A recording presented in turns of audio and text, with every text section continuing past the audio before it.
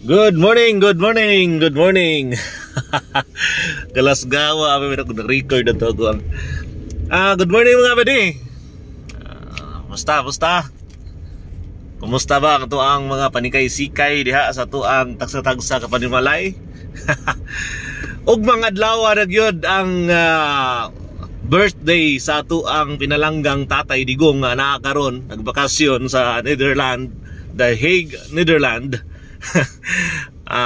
Murag hapog na bakasyon dito, no? Kay sa kanaghandaghag mainito na nagsuporta sa ato ang pinalanggang Tatay Digong dito karon sa Netherlands nga nakadetain sa The Hague, Netherlands.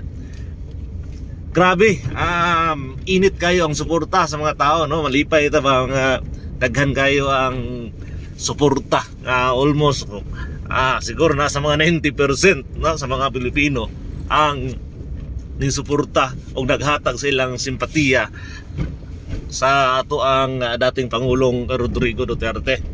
Ug mang adlaw usab ang ipahigayon nga birthday celebration sa ato ang pinalanggang Tatay Digong. Agig pag-celebrate sa iyahang ika-80 nga adlaw natawhan og mapuhon. Og sa kuang nadunggan mga kaigsuonan, ug mang puhon da, ug mapuhon daghan ang mo participate makig-celebrar sa adlaw natawhan sa tuang pinalanggang tatay. Daghan ang mga kananan, mga restaurant, mga karinderya ang moapil sa celebration og mga adlaw sa pag-birthday sa tuang Tatay Digong. Ang ilahang pamaagi mga kaigsuonan sa unang 80 ka mga customers nga moanha og mukikaon sa ilahang kananan, mga restaurant, mga buffet daw, free ang unang 80 ka mga customers.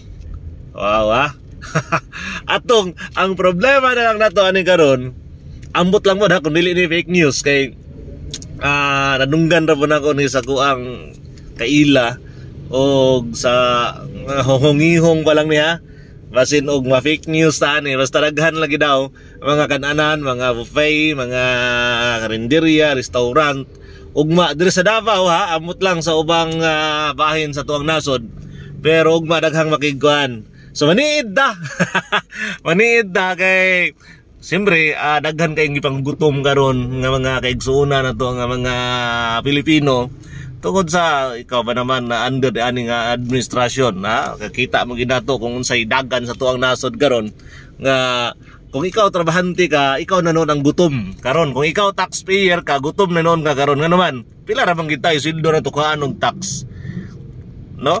Kaanong tax nga kanang tinud-anay nga tax man niya to nga gamay ra kay tag manit. Mas dako pa og madawat ang kato mga standby mga igsuonan nga nakahimulo sa tuang mga tax tungod kay sila may makadawat sa ayuda.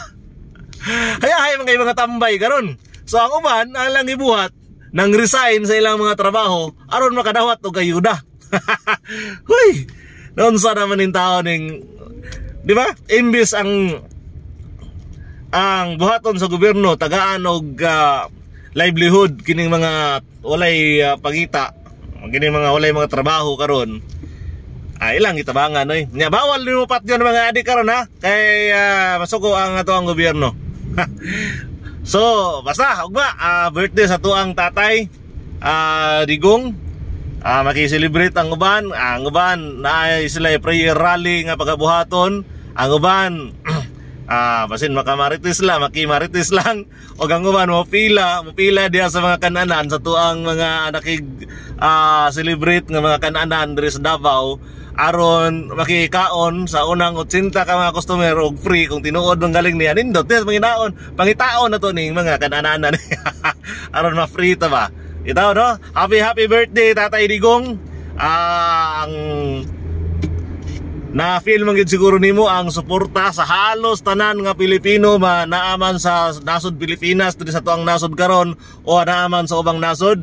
Ang uban gani siguro mga OFW nato diha naana karon nagtapok sa The Hague, Netherlands para maki-celebrate diha sa imo. Happy birthday tay. Daghang salamat sa imuhang nabuhat sa tuang nasod. You are the best ever president nga ako ang nagbuot sukad sa kuang pagkatao ning kalibutan na hangtod karon nga sa unom ka tuig lang daghan kayong nabuhat sa tuang nasod. Daghang salamat kayo tatay. Happy birthday tatay.